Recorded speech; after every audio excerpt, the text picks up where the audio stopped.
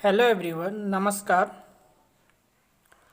जिस प्रकार से सरकार ने लॉकडाउन में सभी शिक्षण संस्थान बंद कर दिए हैं, उस हिसाब से बच्चों और युवाओं के मन में अपने भविष्य को लेके जो चिंता आ रही है, उसे दूर करने का बस एक ही उपाय है कि बच्चों से और युवाओं से सकारात्मक संवाद किया जाए। सकारात्मक संवाद के संबंध में स्वामी दयानंद सरस्वती की बात मुझे याद आ रही है कि उन्होंने बच्चों और युवाओं से हमेशा सकारात्मक संवाद करने को कहा है। परिस्थितियाँ तो आती जाती रहती है, क्योंकि बुरे परिस्थितियों में भी अगर आपसे कोई सकारात्मक संवाद करने वाला व्यक्ति आपके जीवन में है, तो आप उस परिस्थिति से सकारात्मक रूप से निपट पाते हैं। अभी का जो माहौल है, कोरोना की वजह से सब कुछ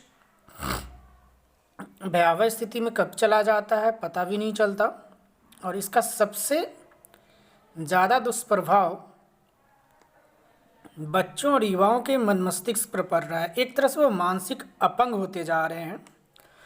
उनके कुछ व्यवहारों की वजह से लगता है कि उनके बीच सकारात्मक बात करने वाले लोगों की कमी हो गई है। हमेशा डांट का डर, माँ बाप का डर, रिश्तेदारों का डर, समाज का डर। वो कुछ करना चाहते हैं तो कर नहीं पाते,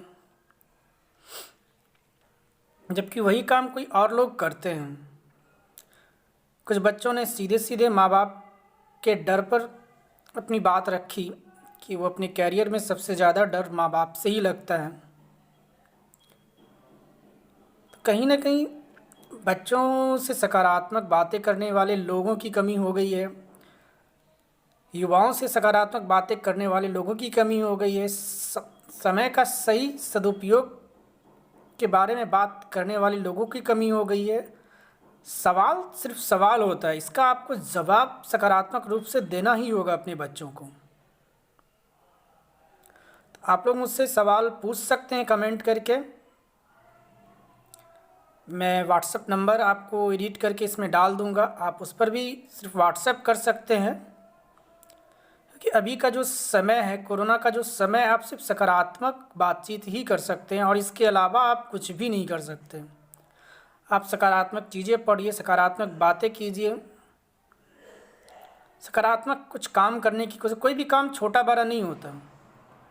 अपने देश में काम को लेके इज्जत का जो रूपरेखा खींची गई है, उसकी वजह से बेरोजगारी भी अपने चरम पर पहुंच जाती। कई सारे काम हम यहाँ करना ही नहीं चाहते। तो ये इज्जत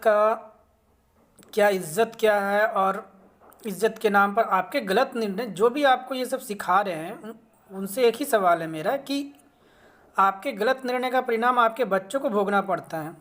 आप उसकी जिम्मेदारी भाग्य और भगवान को क्यों दे देते हैं? आप लीजिए, आपने अपने बच्चों के लिए गलत निर्णय लिया है, या फिर बच्चों को ही गलत निर्णय लेने दीजिए। वो अपने हिसाब से सीख लेगा कि वो उससे करना क्या है। आप आजकल के जो शिक्षा व्यवस्था है वो ये सिखाती है कि क्या करना सही है, क्या करना गलत है, कैसे करना है अपने जीवन में, ये नहीं सिखाती।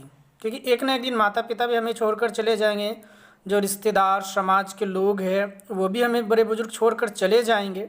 तो फिर एक समय आएगा कि हम कैसे किसी समस्या या किसी परिस्थिति से निपटे। इस पर हम कभी ना सोचते हैं ना समझते हैं। सिर्फ बच्चों को सिर्फ सिखाते रहते हैं कि ये सही है, ये गलत है,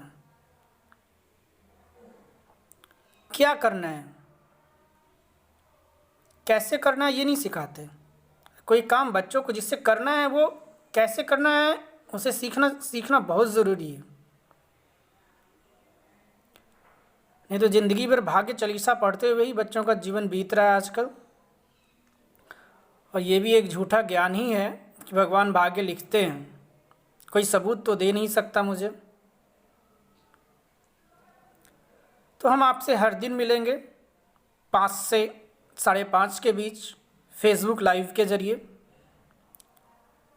मेरा फेसबुक पेज भी इसी नाम से बना हुआ है, OR फाउंडेशन। मेरा कॉन्टैक्ट नंबर है, व्हाट्सएप कॉन्टैक्ट नंबर है 9709837455। आप अपने मन में कोई भी सवाल हो आप कमेंट कर सकते हैं। मैं ज़्यादा से ज़्यादा कोशिश करूँगा कि उसका सकारात्मक जवाब दूँ, क्योंकि अभी आप यही कर सकते हैं। आप अच्छी किताबें पढ़ सकते हैं, अच्छे इंसान से बातचीत कर सकते हैं,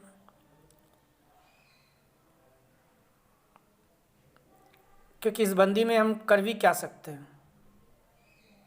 सभी समझ रहे हैं कि अगर सब कुछ बंद चल रहा है, शिक्षण संस्थान बंद चल रहा है, तो ऐसे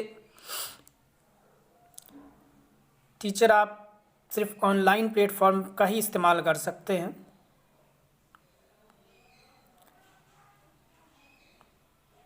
थैंक यू।